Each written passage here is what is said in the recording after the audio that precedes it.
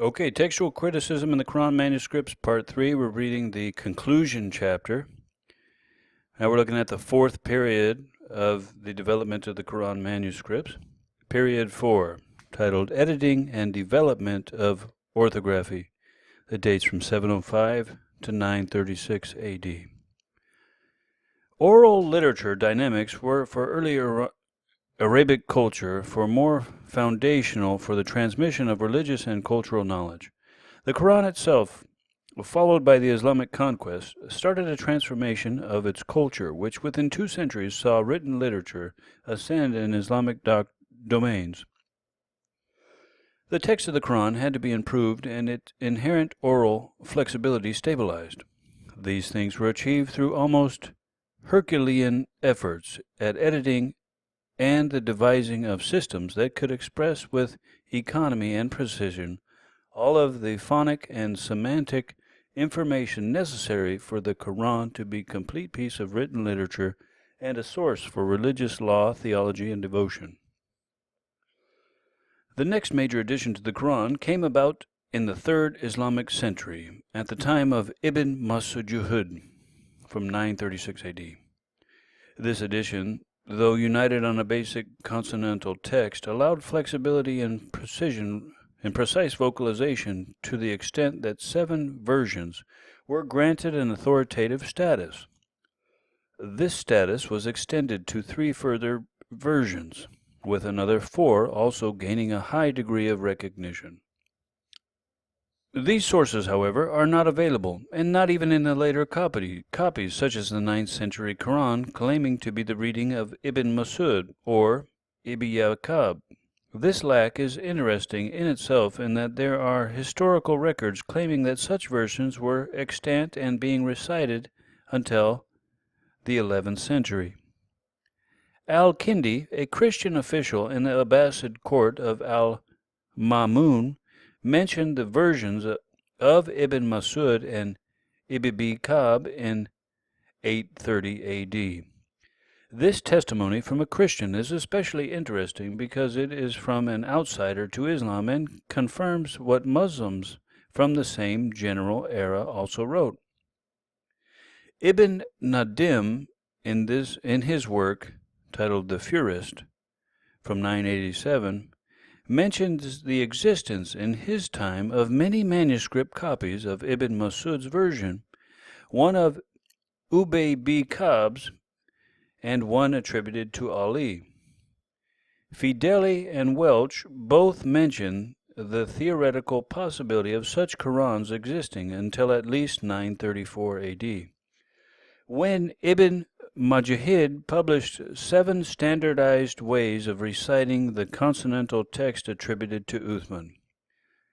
Von Denfer acknowledges that at this time many ways of reciting the text were being practiced, including the reading systems of Ibn Mas'ud and Ubay b. Ka'b. From this testimony, it is significant to note that there are no known copies of these Qurans extant amidst the many extant early Quran manuscripts. In this crucial period, the manuscript evidence demonstrates a great deal of experimentation in developing a more completely orthography of the Quran text. To bear consonantal text, various colored dots were added to signify various systems of pronunciation. The academic study of these systems is still in a state of infancy, partly because of the complexity of the study, and also because there is very little documentation in Islamic sources as to the precise development of these systems. To make this even more complicated, Melchert observes that variations was also permitted according to the reader's personal understanding of grammar. What can be said, though, is that it was a period when a large degree of flexibility in the pronunciation of the Quran text was allowed. Much of the variety of systems seems to be tied to geography as well, that different centers of learning in the Islamic world had different ways of pronouncing the text. One scholar has mentioned that at least 50 systems were in use by the early 900s. He also noted that by 936 AD a consensus was being reached as to what constituted a correct way of pronunciating the text as opposed to an incorrect way. He writes, quote, "Any suggested reading was scrutinized to see whether it could be derived from the accepted consonantal text, whether it was defensible linguistically as being in accordance with the normal rules of Arabic language, and whether it gave a meaning that fitted the generally accepted interpretation of the text." Unquote. Examining these criteria carefully, it becomes clear that certain knowledge of the ways the text was being recited in the 7th century had been lost, and that the Islamic scholars were trying to limit the competing systems by attempting to decipher and define the text that they had received. Instead of the model used for Greek and Latin classics, the Bible, and other ancient Western literature, Quranic textual criticism, as practiced within Islam, has been an effort to standardize the text to a preconceived form, and to turn a piece of originally oral literature into a form of written literature while retaining a measure of its orality. Instead of seeking to recover or restore its original autographic text forms, or even its earliest authoritative text forms, what has been sought instead has been to create from the flexible consonantal orthography a form that satisfies as many of the dogmatic and practical liturgical conditions as possible. It is a revisionist exercise that, in becoming established as the authoritative and traditional text, that has led to irreparable loss of the most original forms of the early text.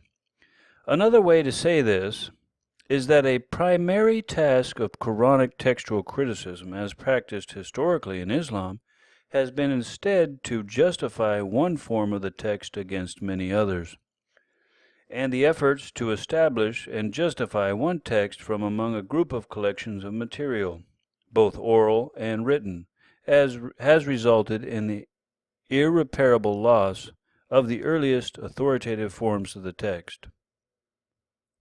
Okay, now we're going to read the 5th period in the development of the Quran, from 936 AD until 1924. And this is titled The Consolidation of the 10 Readings. The 10 main ones, however, have become canonical text forms in their own right, and have since undergone further development in that there are 80 recognized versions of the 10 recitation systems authorized in the 900s. All of these 80 are interpretative text forms of the second canonical text form. None of them represent the authoritative text form or autographic text forms that preceded the first canonical text form. The further development of 80 rawayas of the 10 approved readings of the Uthmanic text demonstrates that even Ibn Mas'ud's effort did not control the growth of the variant versions, and only the practical expedient of an almost universally printed copy in the last century is approaching success in completely unifying the text of the Quran. This multiplication of readings is often a bit difficult for a Western student to fathom, but they are due to the heavy emphasis still placed on oral transmissions and recitations of the Quran text among Muslims. As Sayyid mentions this as he describes the process of the 10 readings becoming 20 and then further on to 80. He writes, quote, "Each of the more eminent disciples of the original master, that is to say, of the original transmitter of a reading, in turn establishes a school composed in his own circle of disciples, and then the process repeats itself. Within this school, a number of versions emerged associated with his most eminent disciples and containing select variants from his own corpus. But by this time, the extent of the varieties within each version was rather limited, since the variants taught by the original master had been absorbed into the numerous versions that emerged in succeeding generations. A slight degree of variation was still possible, however, having to do primarily with intonation and dictation rather than vowelling or inflection." Unquote. This statement of as-Sayyid's conflicts with the understanding of many people, that there is just one Quran. It also presents many challenges to critical scholarship to document these lines of transmission. Are they present in actual manuscripts? Some consonantal features of the ones that more explicitly describe in Islamic sources have been documented, though such features are not enough to document the entire recitation system. Also, the documentary evidence available permits the reconstruction of the outline of details of some of the 14 reading systems and the 80 transmissions of the 10.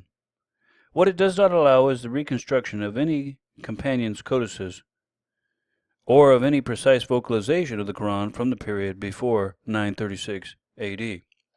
Okay, we'll stop here. Then the next video we'll go into the 6th period of the development of the Quran, which is from 1924 until now.